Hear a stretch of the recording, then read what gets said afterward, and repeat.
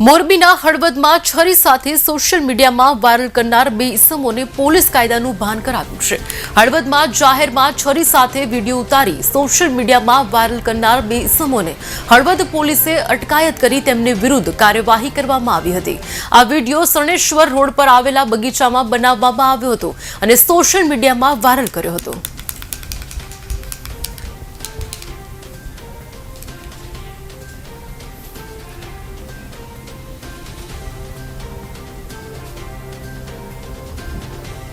जीवन में कोई पथारी फेरवे ने ये आपड़ा जो એટલું યાદ રાખજો। તમને તો અમારા ના અનુભવ છે, તમને એકલી તમારા પણ દગો દેશે યાર।